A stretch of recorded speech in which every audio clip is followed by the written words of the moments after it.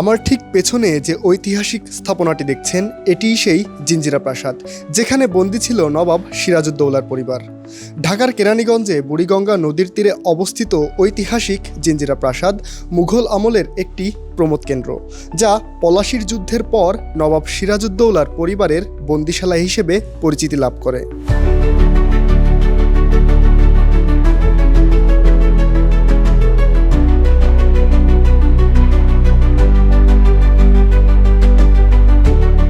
বাংলার ইতিহাসে এমন কিছু স্থাপনা আছে যেগুলো শুধু ইট পাথরের নির্মাণ নয়, বরং ক্ষমতার পালাবদল, ষড়যন্ত্র আর বেদনাময় স্মৃতির সাক্ষী বহন করে। পুরান ঢাকার বুড়িগঙ্গা নদীর দক্ষিণ তীরে অবস্থিত এই জিঞ্জিরা প্রাসাদ তেমনই এক ঐতিহাসিক নিদর্শন।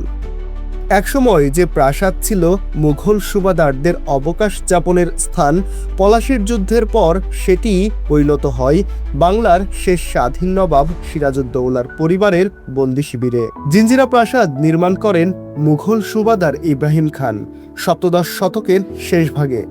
সে সময় এটি ছিল মনোরম বাগান, ফোয়ারা ও সুসজ্জিত অট্টালিকায় ঘেরা এক রাজকীয় প্রাসাদ। কিন্তু 1757 সালে পলাশীর যুদ্ধের পর বাংলার ভাগ্য বদলে যায়। বিশ্বাসঘাতকতার মাধ্যমে নবাব সিরাজউদ্দৌলা ক্ষমতাচ্যুত ও নিহত হওয়ার পর তার পরিবারের সদস্যদের বন্দী করে আনা হয় এই জিঞ্জিরা প্রাসাদে।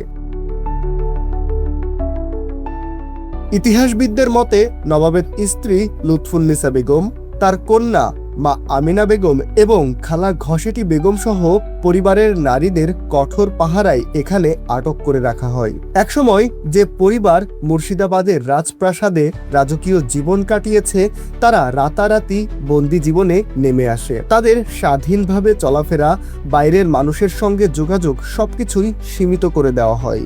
বিশেষ করে ঘসেটি বেগম ও আমিনা বেগমের পরিণতি ছিল অত্যন্ত মর্মান্তিক। পরবর্তী সময়ে তাদের নির্মমভাবে হত্যা করা হয় বলে অধিকাংশ ঐতিহাসিক সূত্রে উল্লেখ রয়েছে।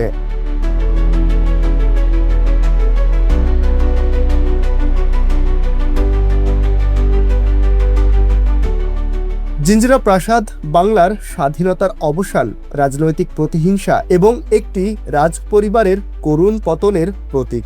অথচ সময়ের নির্মমতায় আজ সেই প্রাসাদের অধিকাংশ অংশ বিলীন হয়ে গেছে। অবৈধ দখল, অবহেলা এবং নগরায়নের চাপে ইতিহাসের এই অমূল্য নিদর্শন আজ প্রায় নিশ্চিহ্ন হওয়ার পথে।